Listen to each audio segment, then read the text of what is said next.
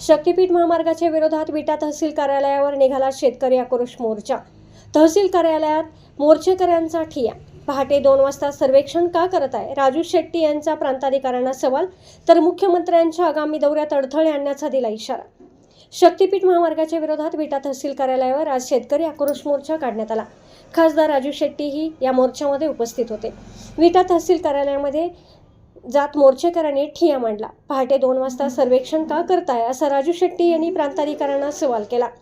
यानंतर आंदोलनाच्या पुढील टप्प्याबाबत शेतकऱ्यांशी चर्चा करताना या आठवड्यात मुख्यमंत्री देवेंद्र फडणवीस सांगली जिल्ह्याच्या दौऱ्यावर येत आहेत, तेव्हा आपली जमीन शक्तीपीठ महामार्गामध्ये जाण्यापासून वाचवण्यासाठी आम्ही ई दौऱ्यात अडथळे आणू असा इशारा माजी खासदार राजू शेट्टी यांनी दिला।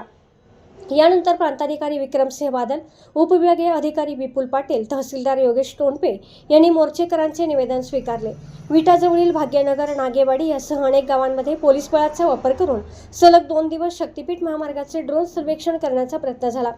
हे ड्रोन सर्वेक्षण करण्यास त्या गावातील शेतकऱ्यांनी तीव्र विरोध केल्यामुळे हे सर्वेक्षण थांबवण्यात आले।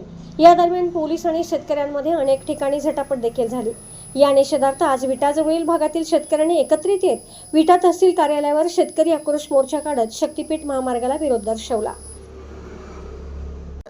की जोपर्यंत सरकारनं काही निर्णय घेतला तरी आमच्या शेतामध्ये कुठल्याही सरकारी अधिकाऱ्याला पाऊल ठेवून देणार नाही। एक तर संविधानानं आम्हालाही काही अधिकार दिलेले आहेत, आमच्या मालमत्तेचं रक्षण करण्याचा निश्चितच आम्हाला अधिकार आहे आणि त्या अधिकाराला अनुसरून आम्ही कुणाला येऊन देणार नाही।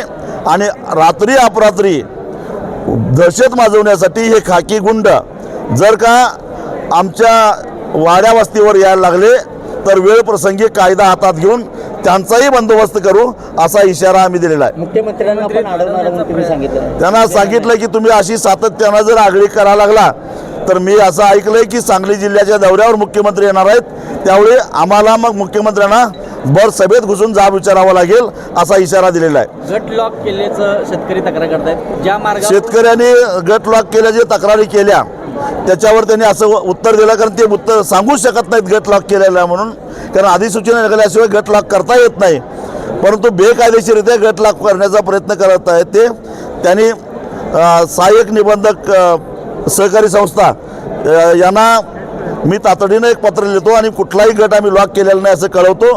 त्या पत्राची कॉपी घेऊन संबंधित सेवा सोसायट्या, जिल्हा मध्यवर्ती बँकेला जाऊन आम्ही जाब विचारू, जर शासनानं गट लॉक केलं नाही तर तुम्हाला कर्ज नाकारायचा अधिकार कुणी दिला? खरीपाच्या तोंडावर जर तुम्ही कर्ज नाकारायला लागला तर जिल्हा बँकेला सुद्धा आम्हाला मग बघून घ्यावं लागेल। शक्तीपीठ विरोधात तुम्ही गेली 2 वर्ष हा सगळा लढा देताय। आता या लढाई प्रत्यक्षात बांधावर लढाई व्हायला सुरुवात झालेली आहे। ह्या सगळा रोष किती प्रमाणात आहे हे काही प्रमाणात आता बघितलं देखील प्रशासनानं। आता तरी प्रशासन शहाणं होईल असं वाटतं का? मला असं वाटतं की या घटनेवरनं प्रशासनानं शहाणपणा घ्यावा। मी पुन्हा सांगतो, पोलिसांना कर्तव्य दक्षता दाखवायची असेल तर गुंडापुंडांचा बंदोबस्त करण्यासाठी दाखवा।